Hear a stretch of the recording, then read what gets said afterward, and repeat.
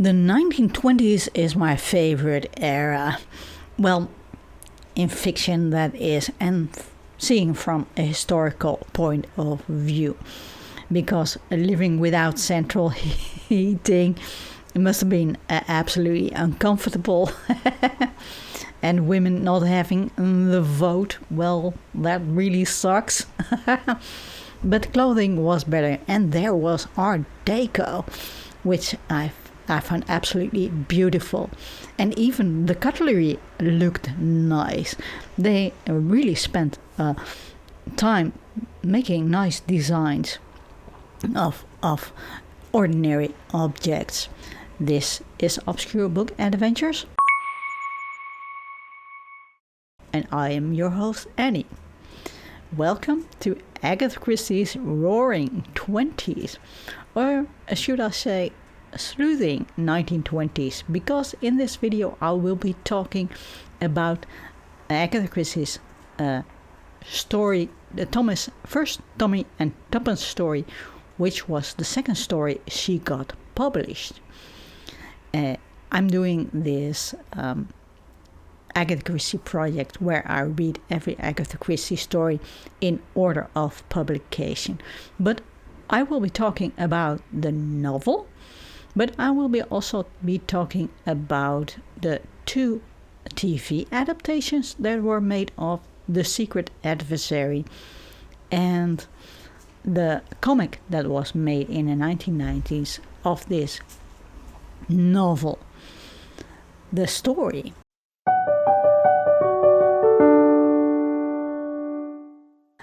In this first Tommy and Tuppence story, The Secret Adversary, which was first published in serial format in the Times Weekly edition in 1921, we get a prologue of the sinking of the Lusitania.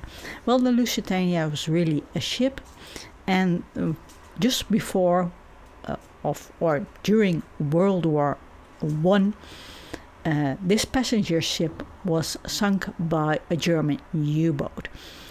And you must know the reason why the Germans sank this passenger ship. And that was because the Americans, well, the Allied forces anyway, I don't think America was at the time one of the allies, but they soon were about to be.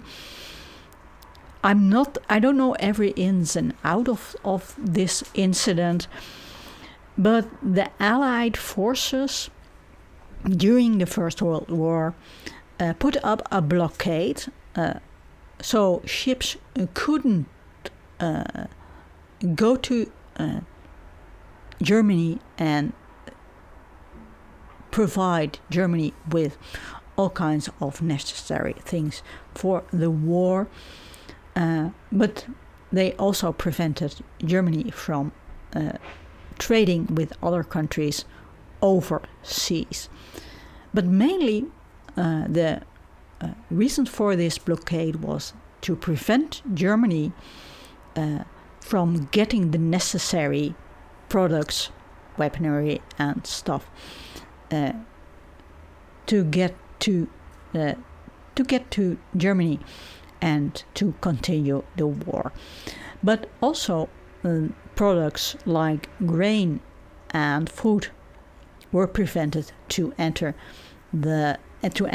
Germany because, well, the point was to weaken the German forces and the Germany as a country.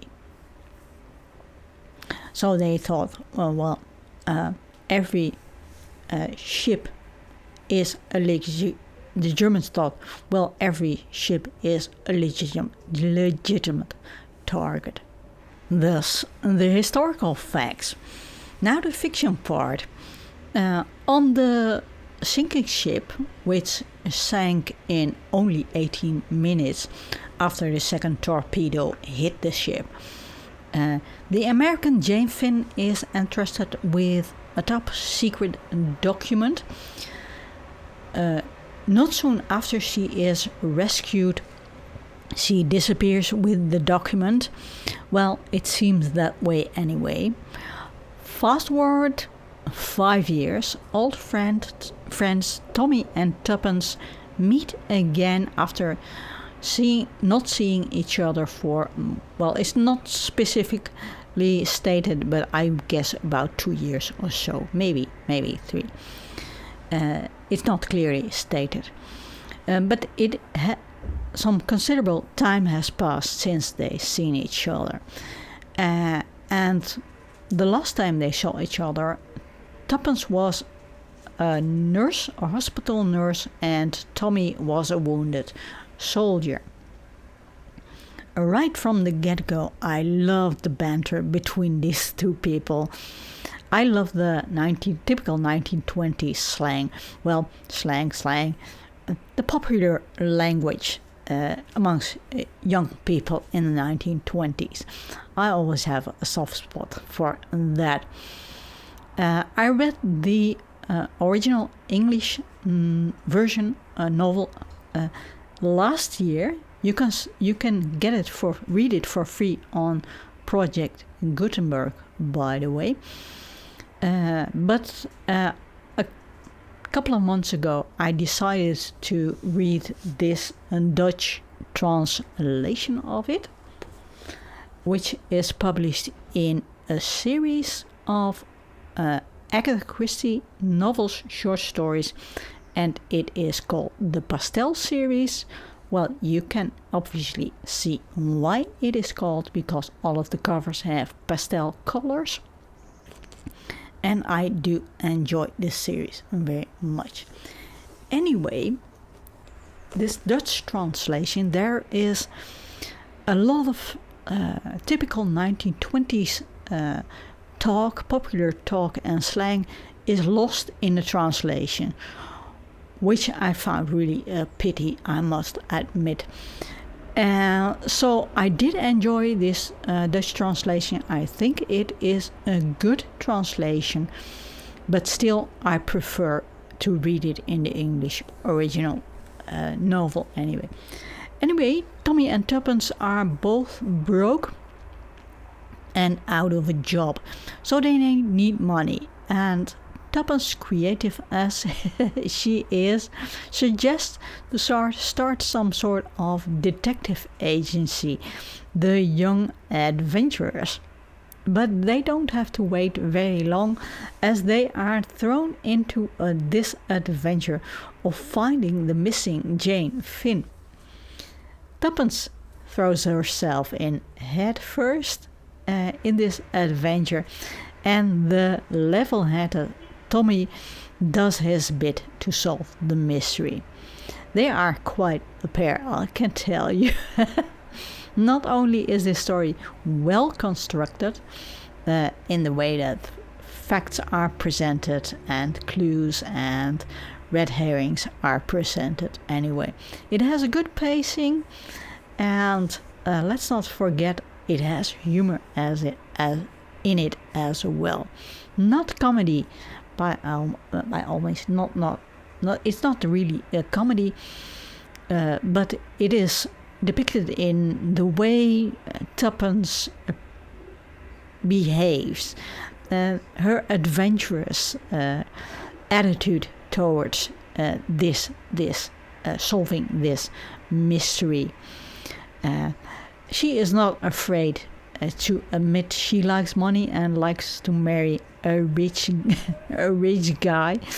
man, but this is presented in being some sort of, it's fun. It makes her real.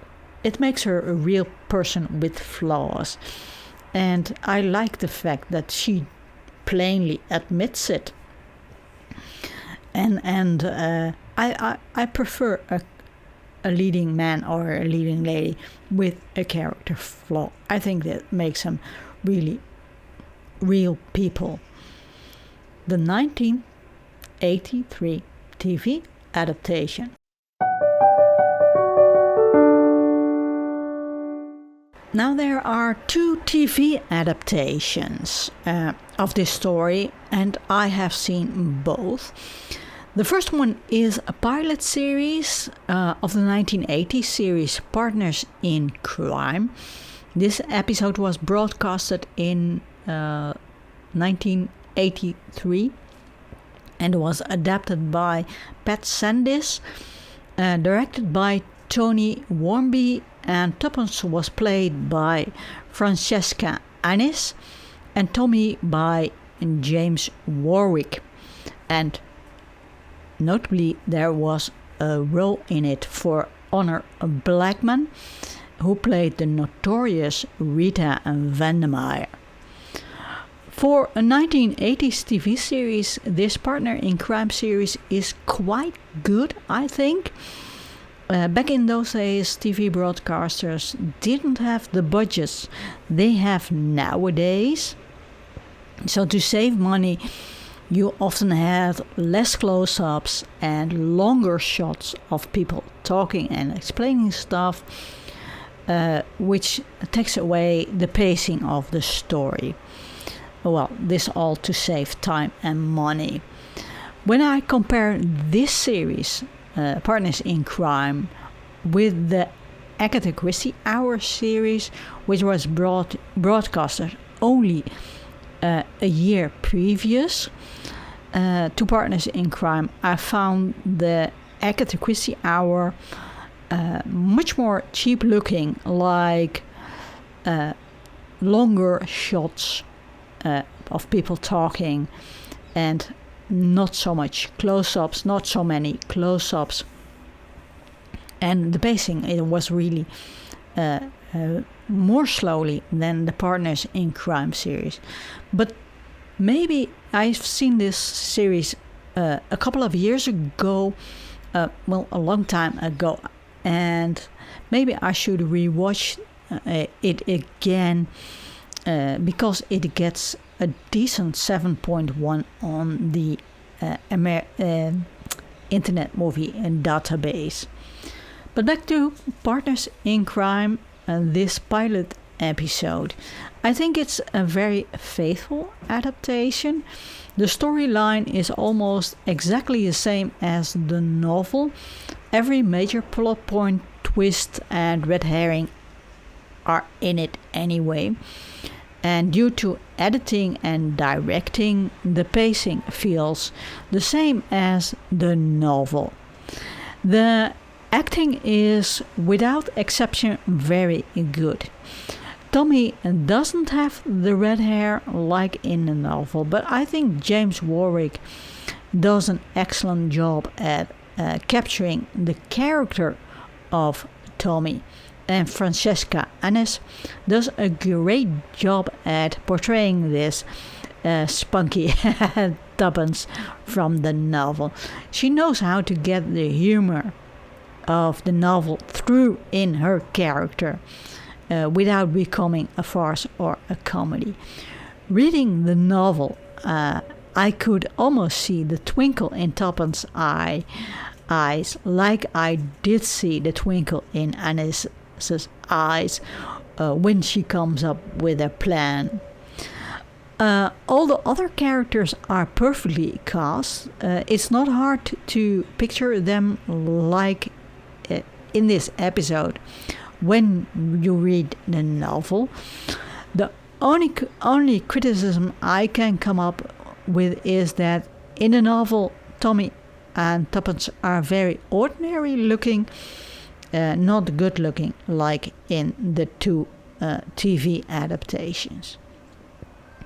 The 2015 mini-series.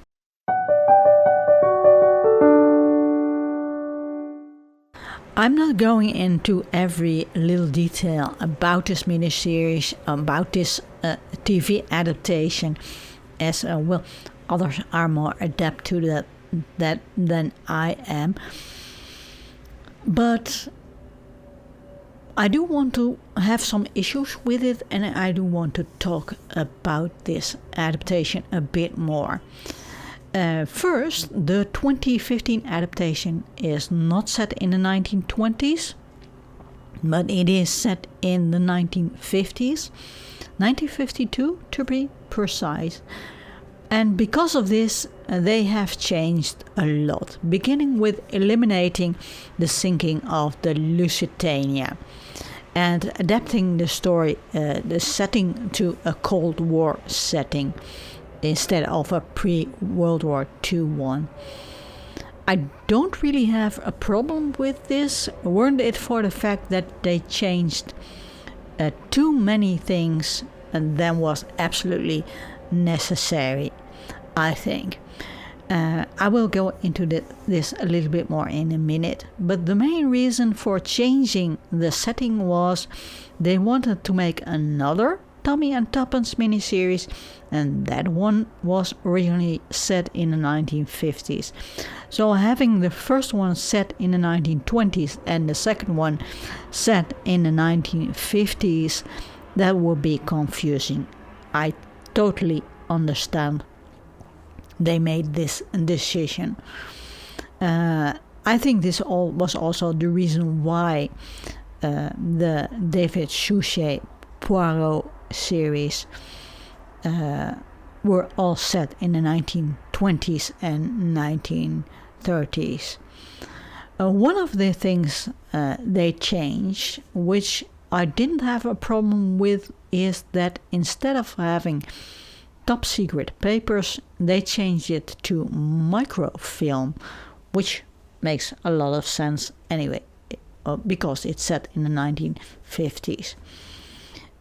Well, the deleting of the sinking of the Lusitania was also something that seemed a logical thing to do, because it happened too long ago, and we have enough spying going on in the 1950s, as it was the Cold War era.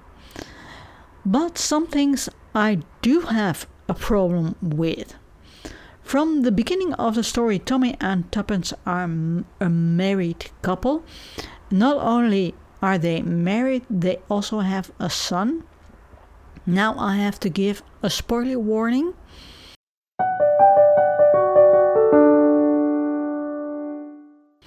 I think it's really a shame that this way we are missing the friendship develop into something more. At the end of the story, we don't get to see millionaire Julius Hersheimer making his half-baked proposal. I will talk a little bit more about him a bit later in a minute. Another thing I'm missing is the carefree and little mischievous attitude of Tuppence. I agree, when you have to take care of a family and of a child, this spunkiness and this carefree attitude wears off. But not even a twinkle in Tuppence's eye is left. They could have easily left a little bit of it in, as this is a part of the character of Tuppence. I would have appreciated it anyway. Another thing which I found really a pity is that Tommy seems to have changed in this absolutely clumsy kind of, they call it a pipe and slippers man, with only one ambition, and that is to sell honey. In the novel, he is a level-headed man with a mind of his own, and he's very capable to solve the mystery and trap the mysterious Mr. Brown. Then there is Julius Hersheimer. Millionaire Julius Hersheimer is played by Clark Peters. I imagined Julius Hersheimer to be quite a bit younger, but Peters' acting is solid, I think. Although I see more like a father figure than a sophisticated young man obsessed with finding Jane Finn from the novel. I don't mind the age gap between Julius and Jane, but somehow it feels like his love for Jane and the revelation that she is not his niece but his sweetheart is sudden. I can't quite pinpoint it, but Julius in this adaptation feels not really a part of the story. I often feel this story could have easily have done without him. In the novel, as in the 1980s adaptation, he's much more part of the investigation. Everything in the original story feels organically grown, if you get what I mean. I didn't get the feeling with the Julius of the 2015 adaptation. And there's something else that bothers me. I do get it, we have to give a more diverse representation in films, TV series, and TV films. I totally agree with this. And you can easily do this with science fiction, fantasy, and fiction in general that is set in modern times. I even think this Agatha Christie adaptation could have worked, but the 1950s Julius is a black millionaire who made his fortune by selling artificial sweeteners. Although there definitely were black millionaires in America in the 1950s, I doubt they would have made their money in a business like selling artificial sweeteners, but I could be wrong. I think it would have been much more believable if Julius were a millionaire who made his fortune in the music industry. I do get the importance of inclusiveness and stuff, but I think we have to be aware that we don't whitewash history. Films that are set in history have to, in my opinion anyway, accurately depict the time in which they are set. I don't think this necessarily means we have to see the sides of only the Western colonizers and such. I think there are plenty of stories that can be set in historical times that have a diverse cast of characters and be historically accurate at the same time. A great example are the novels written by Sarah Waters. I haven't read all of them, I must admit, but the ones I read are set in historical, accurate settings, and they have absolutely interesting main characters and side characters in it that are lesbians. So Waters proves that it can be done. But maybe this topic deserves its own video, and maybe I will make it one day. The comic. The comic The Secret Adversary by Francois Riviere, who wrote the adaptation, and Frank Leclercq, who did the illustration. As for most comic book adaptation, the story had to be abridged to fit the 46 pages, but everything of importance is in it, as far as I can tell anyway. The most pruning, or how do you call it, deleting, abridging that is in this comic is the part where they search for Tuppence near Moat House. It's in the comic abridged to only one page. But all in all, I think Riviere did a good job at adapting this novel. You can leave it up to Riviere to write an entertaining script. He wrote such a large amount of them. Among the comics he wrote were 8 Agatha Christie adaptations in total. The Secret Adversary was published in 1996, and this was one of the early ones. The drawings are by Frank Leclercq. I hadn't read any comics he illustrated, but other than the 2 or 3 Agatha Christie adaptations he did. His drawings have decent quality to them.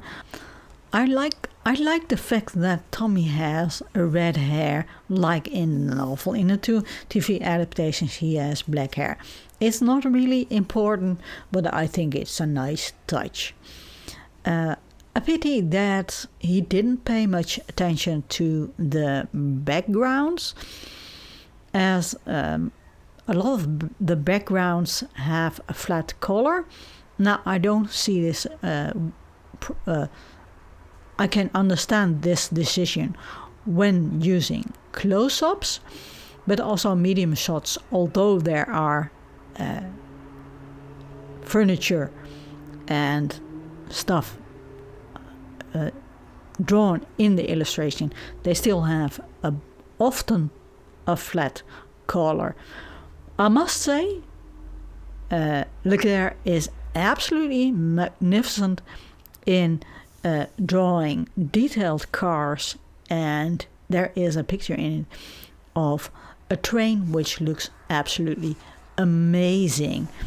So this is a page. So you can see there is, for example, here there isn't much variation in color in the background, which can be a creative choice. But the characters, the facial expression of the characters, well, they are just excellent, I think. As you can see here, they are absolutely excellent. Oh, here is the train. He put a lot of detail in the train. I think he loves trains. But anyway, I really enjoyed this comic, The Secret Adversary, by Riviere and Leclercq. To come to a conclusion,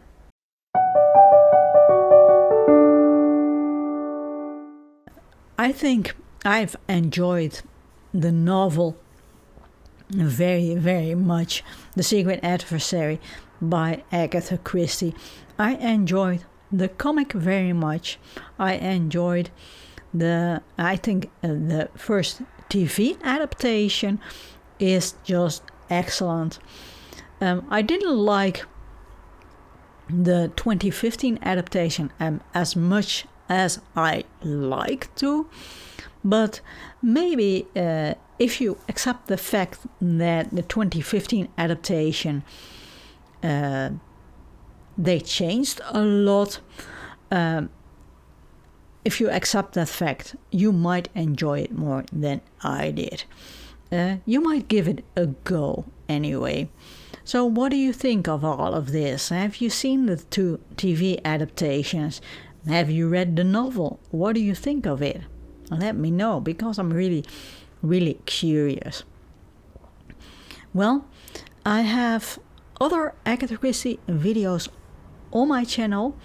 I will link them in the description box below if you are interested in seeing those. I've made a playlist. Well, keep reading and let me know what you think of Agatha Christie if you are an Agatha Christie enthusiast like me. See you in the next video.